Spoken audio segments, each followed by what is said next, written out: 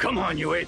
You want to live forever? Hello everyone, and welcome back to another episode of the FMV Archive. Today we are talking about Starship Troopers Ultimate Bug War. Yes, this just came out in March of 2026. This is a first-person shooter with a whole bunch of FMV in it, starring Johnny Rico. Yes. Kill them all! Starship Pastor Troopers. Van Dien comes back to reprise his role from the 1997 classic satirical movie Starship Troopers. Auroch Digital developed this game. They've also done Warhammer, Bolt Gun, and the Brewmaster simulation game. That actually looks pretty cool. If you're not familiar with Starship Troopers, there are 8 other games, well, 1 pinball machine, and 7 other video games dedicated to this movie franchise. Some movie critics say this is a satirical masterpiece of the imperialism of America and how we use the over-militarization of our country to indoctrinate our citizens. Some people think it's just a 1950s war movie that is remade in the 90s. Paul Verhoeven was the director on that and is still getting critical acclaim for this movie 30 years later, and it's so popular that we're making a video game 30 years later. So let's start with the story for our 10-point system to find out if this is a cool game. Yes, you are playing a video game in the video game. It references you playing the game. And this game has been created by the Federation to test you to see if you are an elite soldier. The video game inside the video game depicts the Bug War, which was the Starship Troopers movie. Very tongue-in-cheek test right here. This is to get kids amped up about fighting in the military. And there's a whole bunch of fascist militarization things in here, the clips and the end scenes. Pretty much how the game works, you do a mission and then there's a cutscene in between it talking about how cool it is to defeat bugs and join the military and gain citizenship. So you get things that other people don't get. And you know what? You'll be helping the country. Just about every chapter ends with some video promotion that is very well done. Overall, the story is good. You are there watching a war propaganda film, and they're using this video game as even more propaganda to get you excited to join the military. If you like satire, I think you're really going to enjoy it. The story is pretty awesome. I'd give it a 10 overall for the story. Done completely well. And if you've watched the original Starship Troopers, you'll really appreciate it. What better way to remember those who've passed on than to fully enjoy the freedom their bravery won for you? Would you like to know more?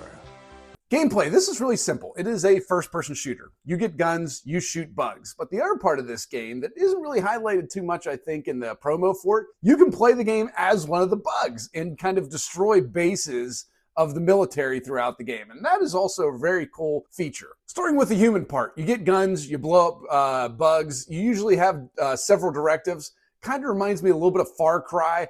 Go here, kill this guy, go there, fetch that. Go there, get these bombs to blow up that installation. It's that type of game. Whole bunch of different guns, whole bunch of different bombs, whole bunch of ways to kill different bugs. Unfortunately, with the gameplay, you get points, but you don't use the points for anything. It's just literally a point system. There's no upgrades to the weapons that you can get. All the upgrades are in the game. You just have to find the weapons. So there's really no motivation to get any better weapons or things to destroy bugs in this. There are a couple hidden things, some secrets in each level, but I would have really liked some point system because they do give you points to upgrade your character, maybe get more health, maybe get better guns, things like that. None of that in there. It's pretty much a very straightforward shooter. Overall, it really doesn't get repetitive, even though you're just kind of blowing up bugs. They give you enough little different side missions in each thing to keep it interesting, although they're missing a lot in there. Could have done a lot more, I think, with the actual in-game functionality of it. 6 overall for the gameplay. Number 3, the look and graphics. The original director, Paul Verhoeven, he was big on making the uniforms look like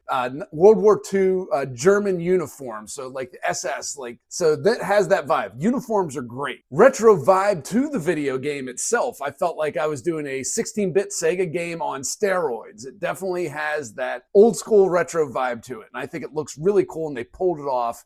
Looking great. I played on the PlayStation 5, lots of vibrant colors, fantastic. The FMV captures the movie absolutely perfect. They're using some of the exact same lines in there. They use all the tropes that they use in there. It pays homage to the movie, I think, very well. The look and the graphics are awesome on this. I'd give it a 9 overall. Number 4, dialogue. What makes the original movie great is how silly it is, but it is played completely straight the entire time. Become an ultimate bug war master and begin your journey to citizenship. It's never too early to start carving out your place in the Federation. Come talk to your local recruiter today. very serious movie talking about very silly things. And the dialogue was really good in that. And that translates into this game too. Whoever wrote this game really enjoyed the Starship Trooper experience for the original movies and captured that perfectly. Don't know how you could have portrayed the story any better in the dialogue in these cutscenes here. There's probably about 20, 25 minutes total of it, and I loved all of them. 10 overall for the dialogue. Perfect. Since this isn't an FMV game that really is a choose your own adventure or something like that, we'll skip the consequences. We'll go for controls and game logic. Controls are super smooth on this. Took a little while to figure out the heads-up display in terms of my weapons and how I kind of switch weapons and threw certain different types of weapons and bombs out there, but that was fixed pretty quickly. The game logic's really good. They're always pointing you in a direction, and they're also talking to you through your headset and saying, hey, you need to go to the bridge and blow that up. So the bridge is lit on your map. So, okay, I go there and I need to blow it up. The jumping on it, it's not great. Sometimes you don't jump where you want to jump. But most of it's gaming 101, nothing crazy here. I'll give the controls and game logic an 8. Number 6, the acting. Casper Van Dien. Okay, this guy is an actor. This guy likes to act. He's been in over, I think, 150, 200 credits on IMDb. He is always out there. He's always willing to do Starship Trooper stuff. Usually does the voice for Johnny Rico in video games. He was on the pinball machine when this came out in the, I believe, late 90s. Sega made this one. And he will do any movie. He just likes to work. Star Raiders, The Adventures of Saber Rain.